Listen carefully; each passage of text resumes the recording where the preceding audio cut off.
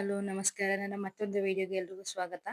ಇವತ್ತು ನಾನು ಹೋಟೆಲ್ ಸ್ಟೈಲಲ್ಲಿ ಕೆಂಪು ಚಟ್ನಿ ಮಾಡೋದನ್ನ ಹಾಗೇನೆ ಆಲೂಗೆಡ್ಡೆ ಪಲ್ಯ ಮಾಡೋದನ್ನ ತೋರಿಸ್ತಿದ್ದೀನಿ. ಮೊದಲಿಗೆ ಇಲ್ಲಿ ನಾನು ಒಂದು 6ರಿಂದ 7 ಕೆಂಪು ಮೆಣಸಿನಕಾಯಿನ ನೆನೆ ಹಾಕಿಟ್ಟಿದ್ದೀನಿ ಬಿಸಿ ನೀರಲ್ಲಿ. ಅದಾದ್ಮೇಲೆ ನಾನು ಇಲ್ಲಿ ಒಂದು ಬಾಣಲೆಗೆ ಸ್ವಲ್ಪ ಎಣ್ಣೆ ಕಾಯೋದಕ್ಕಿಟ್ಟು ಜೀರಿಗೆ ಹಾಗೆ ಬೆಳ್ಳುಳ್ಳಿ ಸ್ವಲ್ಪ ಈರುಳ್ಳಿನ ಹಾಕಿ ನೀಟಾಗಿ ಫ್ರೈ ಮಾಡ್ಕೊತಾ ಇದ್ದೀನಿ.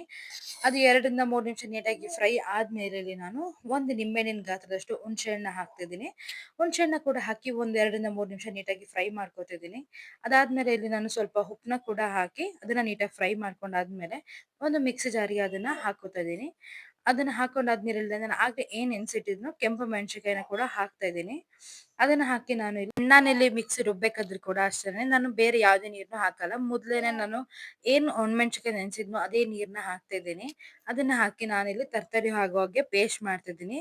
ನೋಡಬಹುದು ಇಷ್ಟು ರುಬ್ಕೊಂಡ್ರೆ ಸಾಕಾಗುತ್ತೆ. ನಮ್ಮ ಹೋಟೆಲ್ ಸ್ಟೈಲ್ ಕೆಂಪು ಚಟ್ನಿ ಮಸಾಲೆ ದೋಸೆ ಮೇಲೆ ಹಾಕೋದು ರೆಡಿ ಆಗಿರುತ್ತೆ.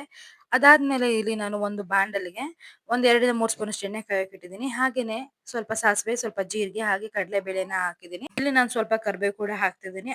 ಎಲ್ಲದನ್ನು ಹಾಕಿ ನೀಟಾಗಿ ಫ್ರೈ ಮಾಡ್ಕೊತಿದ್ದೀನಿ. ಇದೆಲ್ಲ ಫ್ರೈ ಆದ್ಮೇಲೆ ಇದನ್ನ ಹಸಿರುಮೆಣಸಿನಕಾಯಿನ ಹಾಕಿ ಒಂದು 3ರಿಂದ 4 ನಿಮಿಷ ನೀಟಾಗಿ ಫ್ರೈ ಮಾಡ್ಕೊತಾ ಇದ್ದೀನಿ. ಇಲ್ಲಿ ಹಸಿರುಮೆಣಸಿನಕಾಯಿ ನೀಟಾಗಿ ಫ್ರೈ ಆದ್ಮೇಲೆ ನಾನು ಏನ್ ಹೆಚ್ಚಿಟ್ಕೊಂಡಿದ್ದೆ ಈರುಳ್ಳಿ ಕೂಡ ಹಾಕಿ ಒಂದ್ 2ರಿಂದ 3 ನಿಮಿಷ ಹಾಗೇನೆ ಕೈ ಆಡಿಸಿ ಅದಾದ್ಮೇಲೆ ನಾನು ಒಂದ್ ಸ್ಪೂನ್ ಅಷ್ಟು ಉಪ್ಪನ್ನ ಹಾಕ್ತಿದ್ದೀನಿ. ಬರೀ ಇಲ್ಲಿ ನಾನು ಈರುಳ್ಳಿ ಸಾಫ್ಟ್ ಆಗೋದಕ್ಕೆ ಮಾತ್ರ ಉಪ್ಪನ್ನ ಹಾಕ್ತಿದ್ದೀನಿ. ಅದಾದ್ಮೇಲೆ ಈ ಉಪ್ಪು ಹಾಕಾದ್ಮೇಲೆ ನಾನು 2ರಿಂದ 3 ನಿಮಿಷ ನೀಟಾಗಿ ಅದನ್ನ ಫ್ರೈ ಮಾಡ್ಕೊಂಡು ಇಲ್ಲಿ ಅರಿಶಿನ ಪುಡಿ ಕೂಡ ಹಾಕ್ತಿದ್ದೀನಿ. ಹಾಗೇನೆ ಒಂದ್ ಅರ್ಧ ಸ್ಪೂನ್ ಅಷ್ಟು ಗರಂ ಮಸಾಲೆನೆ ಕೂಡ ಹಾಕ್ತಿದ್ದೀನಿ. ನಾರ್ಮಲ್ ಆಗಿ ಗರಂ ಮಸಾಲೆ ಹಾಕೋದ್ರಿಂದ ಪಲ್ಯ ಕೂಡ ತುಂಬಾನೇ ಟೇಸ್ಟ್ ಚೆನ್ನಾಗಿ ಬರುತ್ತೆ. ಅದಾದ್ಮೇಲೆ ಇಲ್ಲಿ ನಾನು ಆಲೂಗೆಡ್ಡೆ ಸಿಪ್ಪೆ ಸುಲಿದಿಟ್ಕೊಂಡು ಕ್ಯೂಚಿಟ್ಕೊಂಡಿರುವಂತ ಆಲೂಗೆಡ್ಡೆನ ಕೂಡ ಹಾಕ್ತಾ ಇದ್ದೀನಿ. ಅದನ್ನ ಹಾಕಿ ನಾನು ಒಂದ್ 2ರಿಂದ 3 ನಿಮಿಷ ಅದನ್ನ ನೀಟಾಗಿ ಎಲ್ಲಾ ಮಸಾಲೆನೂ ಮಿಕ್ಸ್ ಆಗೋ ತರ ಕೈ ಆಡಿಸ್ಕೋಬೇಕು.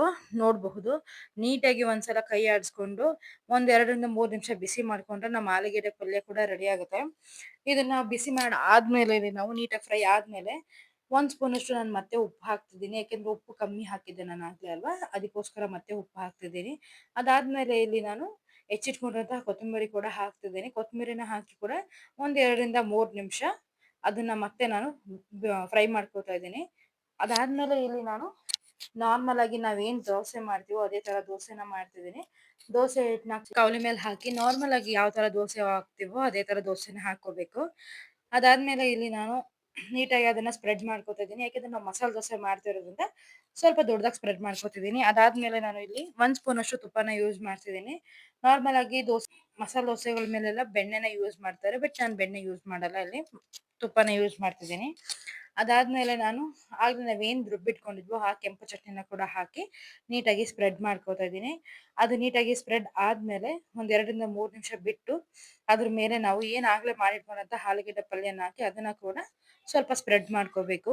ಹಾಗೇನೆ ಈ ಮಸಾಲೆ ದೋಸೆಗೆ ಸ್ವಲ್ಪ ಈರುಳ್ಳಿನ ಹಾಕೊಂಡು ತಿಂದ್ರೆ ಎಕ್ಸ್ಟ್ರಾ ತುಂಬಾನೇ ಚೆನ್ನಾಗಿರುತ್ತೆ. ಹಾಗಾಗಿ ಇಲ್ಲಿ ನಾನು ಈರುಳ್ಳಿನ ಕೂಡ ಬಳಸಿದ್ದೀನಿ.